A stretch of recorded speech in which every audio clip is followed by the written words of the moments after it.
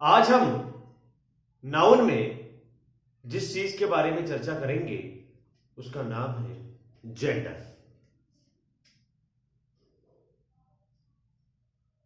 जिसको हिंदी में कहा जाता है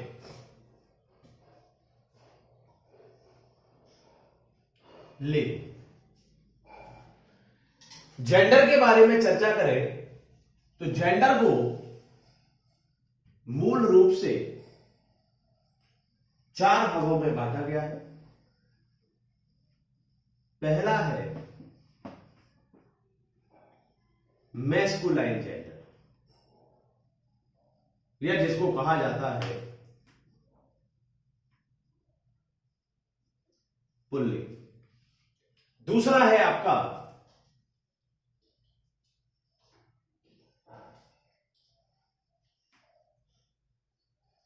फेमिनाइन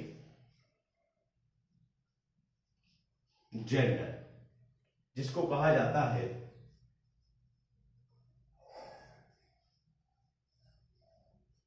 स्त्रीलिंग। तीसरा है आपका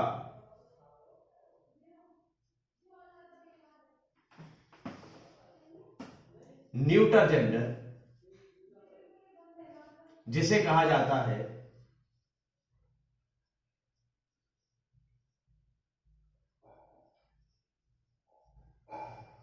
नपुंसक लिंग। और चौथा है आपका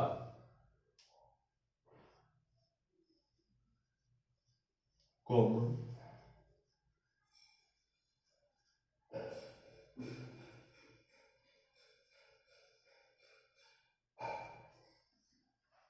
जेंडर, जिसे कहा जाता है उभयलिंग। अब देखिए, मैस्कुलिन जेंडर को अगर हम परिभाषित करें तो क्या कहेंगे? जहां पुरुषों का बोध हो। मैस्कुलाइन जेंडर कहने का मतलब क्या है कि जहां पुरुषों का बोध हो, या ये कह सकते हैं पुरुषों के बारे में एक बात को आपको ध्यान रखना है कि पुरुषों का जहां बोध हो रहा है वहां पर क्या होगा? मैस्कुलाइन जेंडर होगा। जैसे उदाहरण के लिए राम, श्याम, मोहन, सोहन, ये सभी क्या है? मैस्कुलाइन जेंडर है। जहां से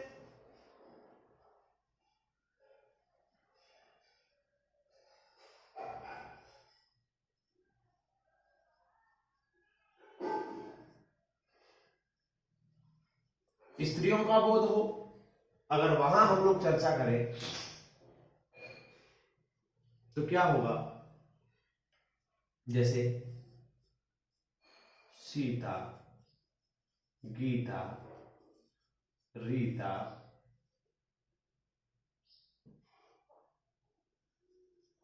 बात आती है न्यूटर जेंडर या नपुंसक लिंग की,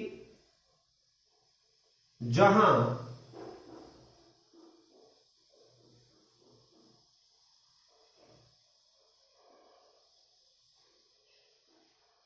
निर्जीव वस्तुओं का बोध हो। निर्जीव वस्तुएं जिनमें जीवन नहीं है, जैसे ये मार्कर, ये बोर्ड, ये फोन, ये मेज, ये क्या है? आपके न्यूटर जेंडर है। और लास्ट आपका आता है कॉमन जेंडर, या जिसको कहते हैं उभयलिंग, जहां पर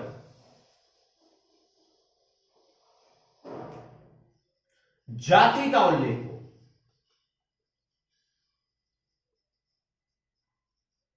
अब कौन सी वाली जाति? जैसे कहा गया स्टूडेंट। अब स्टूडेंट है तो एक मेल भी हो सकता है और फीमेल भी हो सकता है। टीचर मेल भी हो सकता है, पुरुष भी हो सकता है, स्त्री भी हो सकता है। डॉक्टर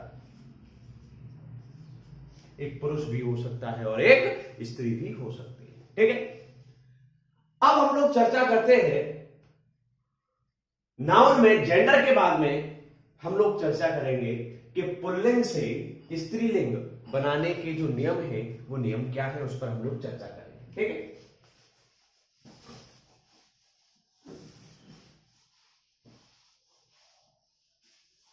देखिए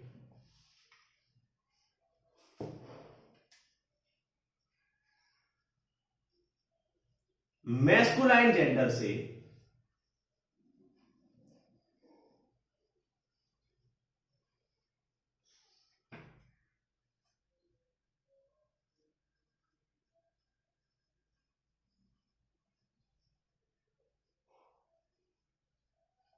फेमिनाइन जेंडर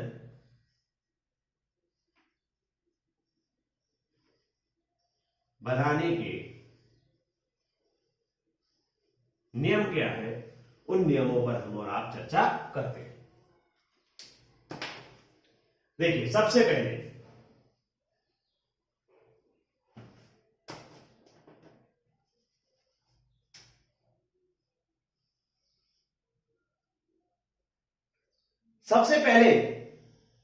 अगर हम नियम के बारे में बात करें तो होता क्या है कि सबसे पहला जो नियम है कि मैस्कुलाइन से जो फेमिनाइन बनाना है, उस फेमिनाइन बनाने का जो सबसे पहला जो नियम है वो नियम क्या है कि ये कहिए ESS जोड़कर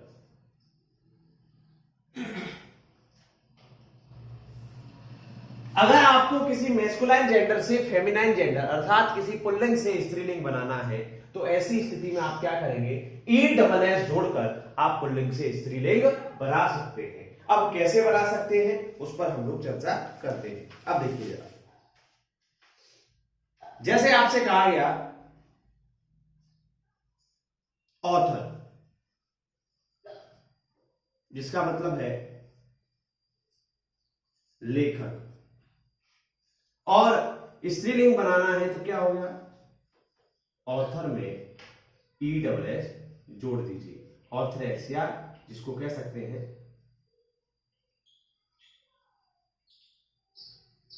लेखिका। और आपसे कहा जाए जैसे होस्ट, होस्टेस, अगर आपसे कहा जाए लॉयन, शेर, लॉयनेस, तो क्या हुआ कि अगर आपको मैस्कुलाइन जेंडर से फेमिनाइन जेंडर बनाना है तो ऐसी स्थिति में क्या होता है कि आप ESS जोड़कर आप उसको पुल्लिंग से स्त्रीलिंग बना सकते हैं। ठीक है, दूसरी चीज क्या है, दूसरी स्थिति है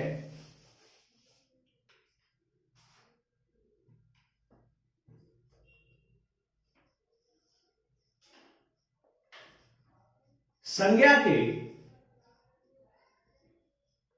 अंतिम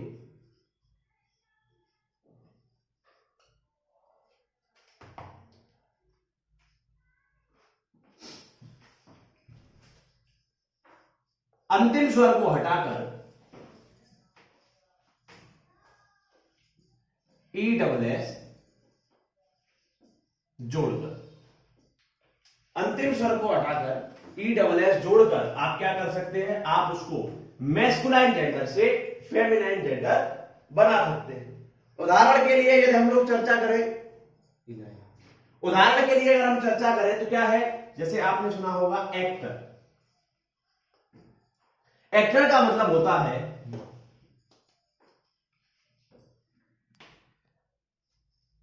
अभिनेता। अगर आप इसको मैस्कुलाइन से फेमिनाइन बनाएंगे तो क्या करेंगे, ACTR, मतलब जो अंतिम जो वोवल है उसको आपने चेंज किया और ESS लगा दिया तो क्या हो गया, एक्ट्रेस। इसके अलावा अगर हम लोग बात करें डायरेक्टर, क्या हुआ, DIRECTRESS, अंतिम जो स्वर है उस स्वर को आपने बदला और बदलने के बाद में आपने क्या किया, आपने उसको मैस्कुलाइन जेंडर से फेमिनाइन जेंडर में बदल दिया। तीसरा जो नियम है वो क्या है? तीसरी स्थिति कहती है संज्ञा के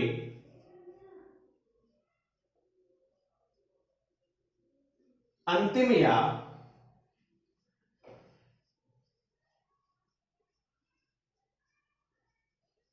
प्रथम शब्द को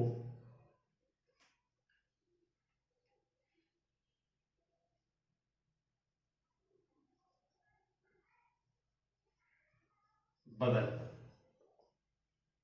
जैसे आपने देखा होगा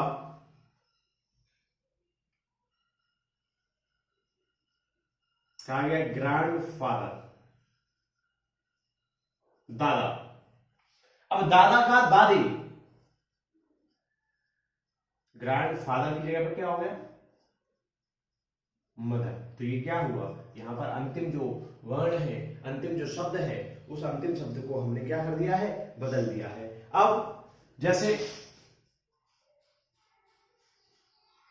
ही गॉट, ही गॉट माने होता है बकरा,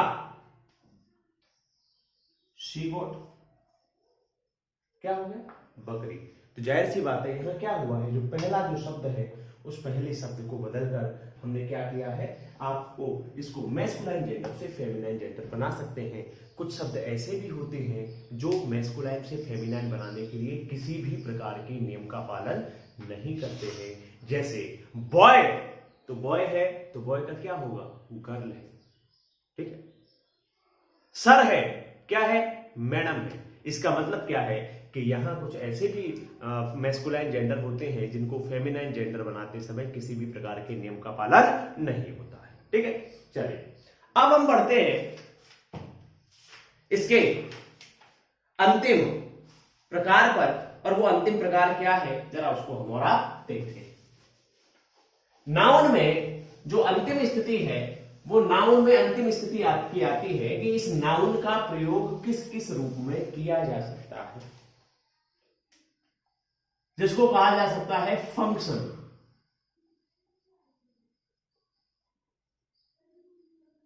या जिसको कह दीजिए कार्य। नाउन का जो कार्य है वो कार्य क्या है, उस पर हम और आप चर्चा करेंगे। देखिए सबसे पहले नाउन उपयोग में लाया जाता है एज अ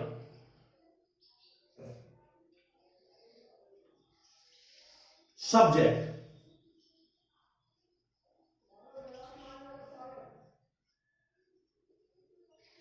कर्ता के रूप में। दूसरा आपका प्रयोग होता है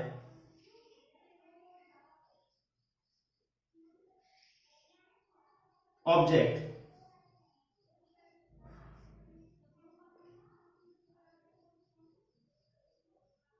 कर्म के रूप में। तीसरा अगर हम लोग उपयोग करें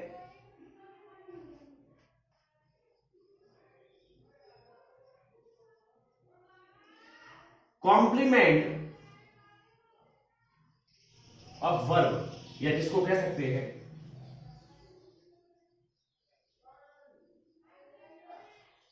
क्रिया के पूरक के रूप में। चौथी जो स्थिति आती है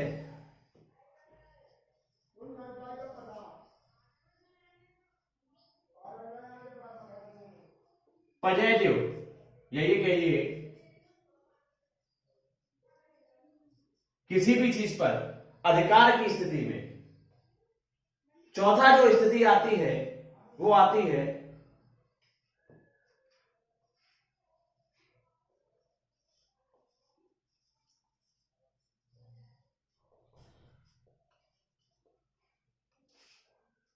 एपोजिशन। एपोजिशन का मतलब क्या होता है? चलिए अपोजिशन के रूप में। और पांचवा जो स्थिति आती है वो आती है आपका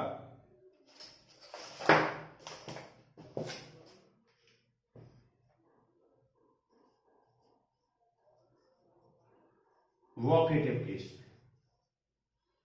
एक एक करके हम इन सारी स्थितियों पर चर्चा करेंगे। देखिए, पहला है, सिंपल सा कंसेप्ट है, Ram is a good boy.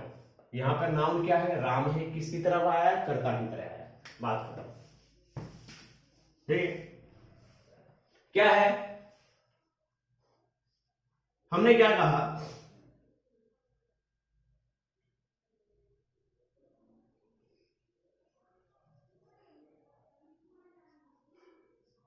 He gave me a pen. Pen क्या है, नाउन है, किसकी तरफ आया है, एज अ ऑब्जेक्ट, कर्म की तरह आया है। ठीक है, अब हमारे पास ये जो चार स्थितियां जो रह गई हैं, वो चार स्थितियों को एक साथ में पहले हम जरा नोट करते हैं, फिर उसके बाद में इसको एक्सप्लेन करते हैं। पहली स्थिति आती है कॉम्प्लीमेंट ऑफ द वर्ब। देखिए,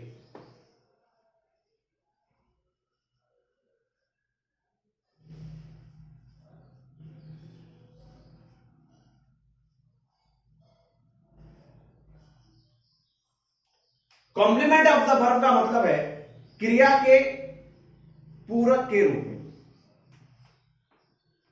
कॉम्प्लीमेंट ऑफ द वर्ब, इसका मतलब है जब संज्ञा या सर्वनाम, हम आगे बढ़ेंगे, सर्वनाम, जब संज्ञा या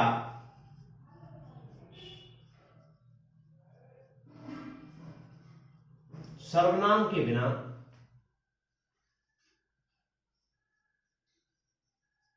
वाक्य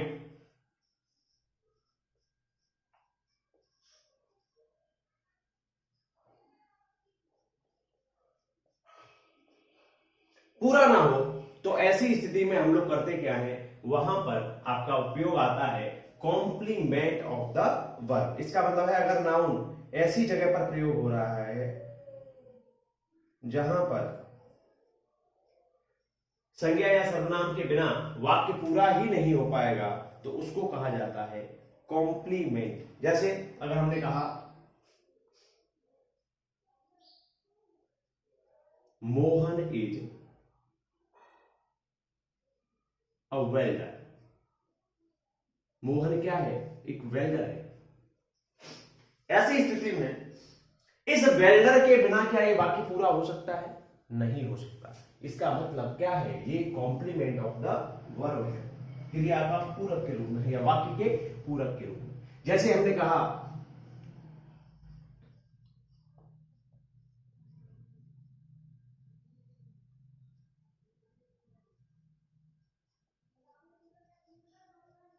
राजीव इज अ सिंगर।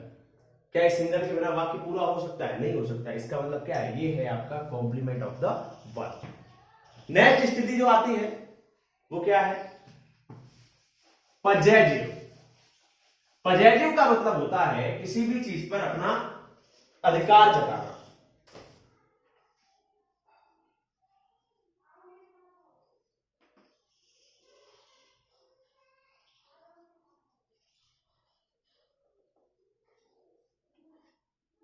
किसी वस्तु पर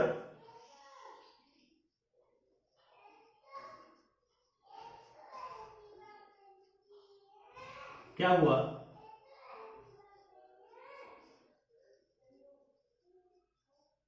अधिकार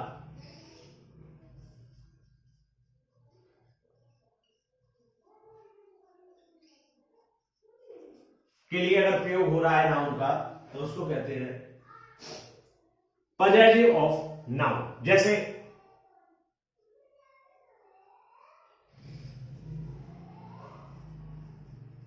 राम इज राजीव फादर। किसके पिता है, राजीव के। तो ये जो शब्द है राजीव के पिता है, तो ये क्या है, पजेटिव ऑफ द नाउन कहलाते। ठीक है, चलिए नेक्स्ट स्थिति आती है एपोजिशन ऑफ नाउन। अब ये एपोजिशन ऑफ नाउन क्या है? कहा यह जाता है जब दो नाउन एक ही वाक्य में, क्या कहा गया कि जब दो नाउन एक ही वाक्य में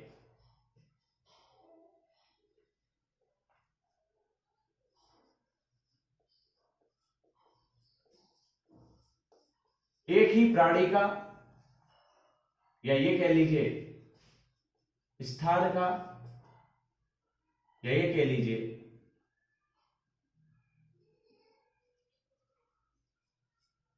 वस्तु का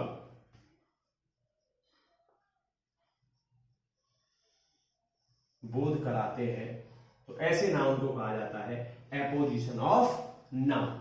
जैसे हमने कहा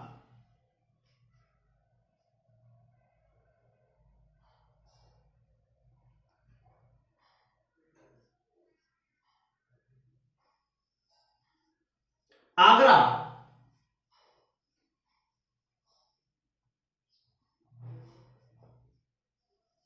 the city of Taj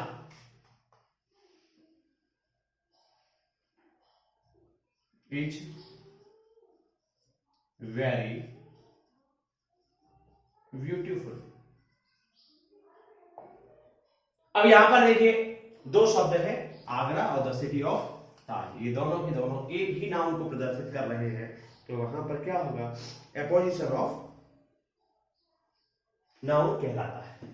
last जो आता है वो आता है आपका वोकेटिव केस, या जिसको ये कह सकते हैं एड्रेस।